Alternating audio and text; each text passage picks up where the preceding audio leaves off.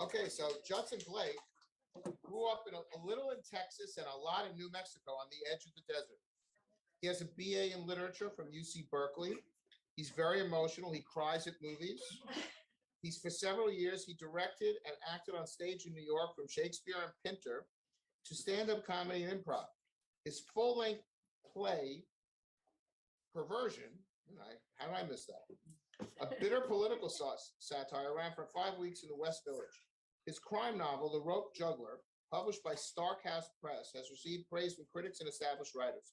His next work will be an apocalyptic speculative fiction. I hope we're going to hear that. I didn't think you were going to read all that. Why not? How many minutes do we have? Take 5, 6, 7 minutes. Okay. I got the timer on. Okay, the timer's on now? Timer's on now. Let's start. All right. Okay, yes. Am I in? You hearing me? Yes. Yeah? Yes. Okay.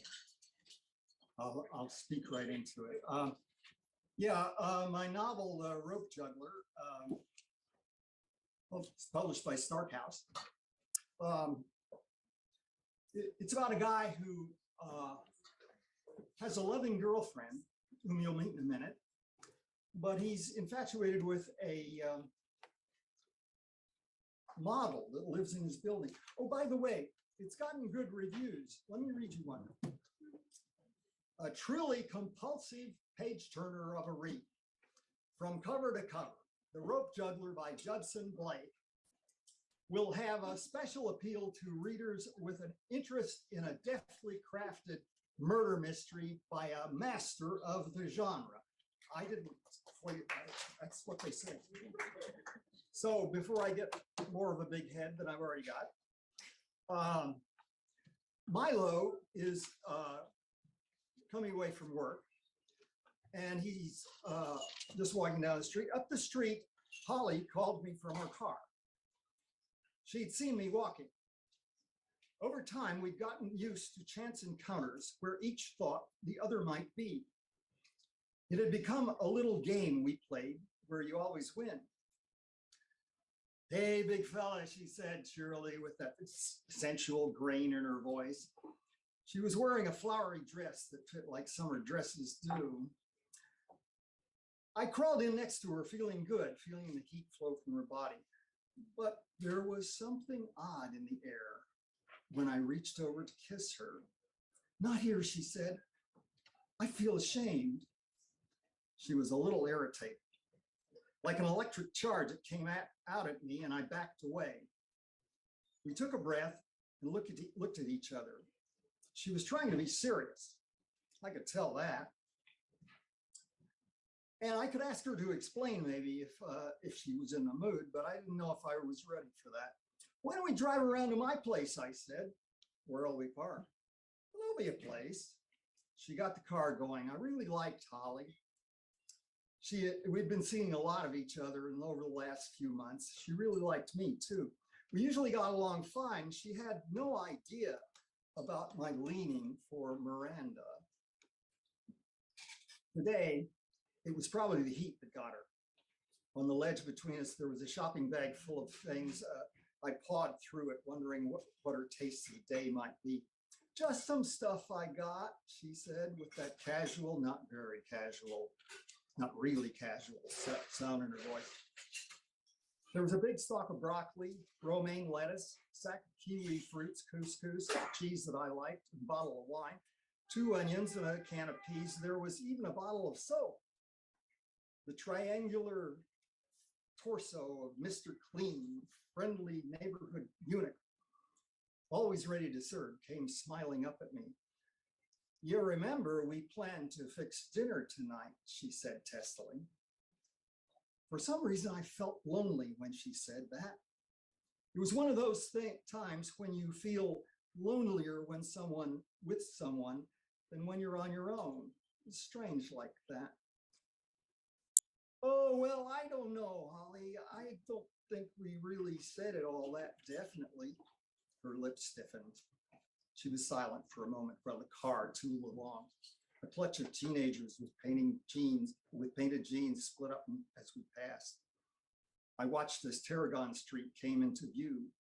There were children playing on the stoop, my place. Down the street, another group was jumping double Dutch with music and screams and laughter.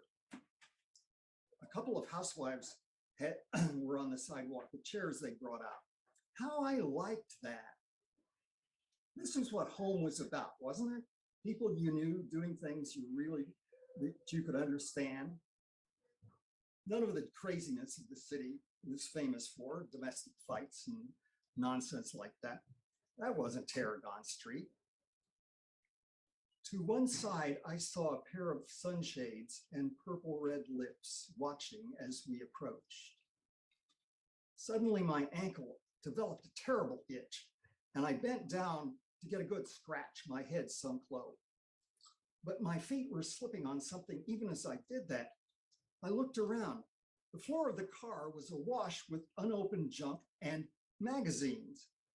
There must have been 20 magazines. They had torn covers, some of them mashed and badly folded. And titles? You had to see this.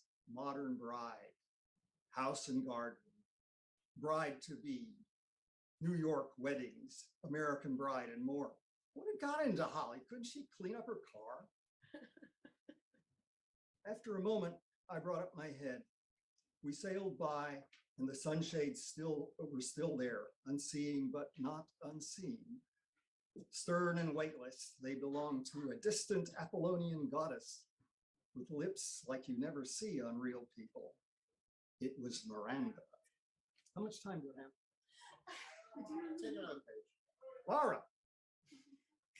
The music from the radio drifted out, some oldie station. I'll be true, I'll never leave you. Don't you get tired of listening to that stuff? Her finger flicked a button and the air was suddenly silent. Even that struck me as odd. Holly's car seemed to make no noise at all. Holly, honey, I don't feel so good. I don't think tonight's the right night, okay? We could do it on Saturday. That'd be better. There'll be plenty of time then. Yeah, I really think so. On Saturday, what do you think? The silence was like a ship cruising in airless space. We glided past Neptune before the next street.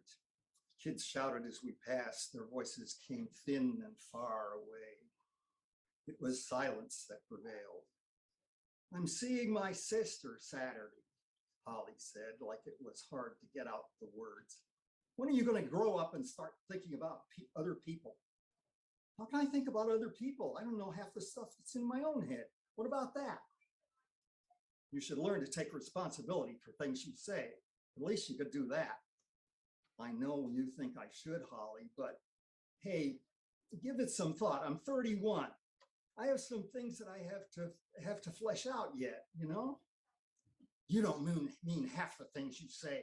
Well, exactly. Cut me some slack. You're emotionally unreliable. Has anyone ever told you that?